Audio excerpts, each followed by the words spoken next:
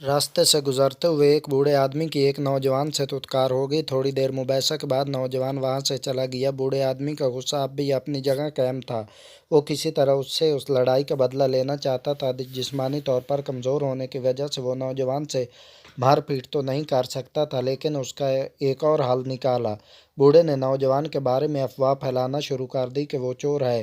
وہ ہر راہ گزر سے یہی بات کرتا۔ کئی لوگ اس کی بات کو انسنا کرتے، لیکن چند لوگ یقین بھی کر لیتے تھے۔ کچھ دن گزرے تو پاس کے علاقے میں کسی کی چوری ہو گئی۔ لوگوں کے دلوں میں بوڑھے نے پہلے ہی نوجوان کے خلاف شک ڈال دیا تھا۔ چوری کے الزام میں نوجوان کو پکڑ لیا گیا، لیکن چند ہی دنوں میں اصل چور کا پتہ لگنے پہ اس کو رہائی مل گئی۔ رہا ہوتے ہی اس نے علاقے کے سردار سے بوڑھے آدمی کی شکایت کی، جس کی بنا پر بوڑھے کو پنچایت میں بلایا گیا۔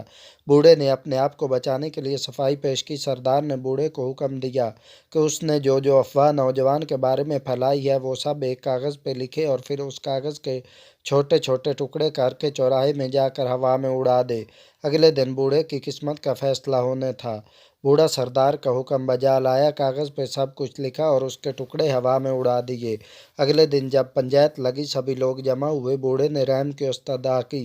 سردار نے کہا کہ اگر وہ سزا سے بچنا چاہتا ہے تو کاغذ کے وہ سارے ٹکڑے جمع کر لائے جو کل اس نے ہوا میں اڑا دیے تھے۔ بوڑھا پریشان ہو کے بولا، یہ تو ناممکن سی بات ہے۔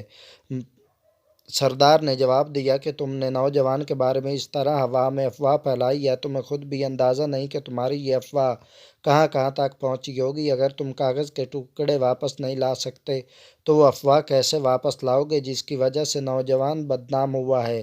بوڑھے نے ندامت سے سر جھکائے۔ یہ انگریزی زبان کا ایک چھوٹا سا قصہ ہے جس میں سمجھداروں کے لیے ایک بہت بڑا سبق موجود ہے۔ کئی بار ہم بنا تصدیق کے بارے میں افواہیں پھیلانا شروع کر دیتے ہیں۔ ہمارے بنا سوچے سمجھے کئی چھوٹی بات کسی اور کی زندگی پہ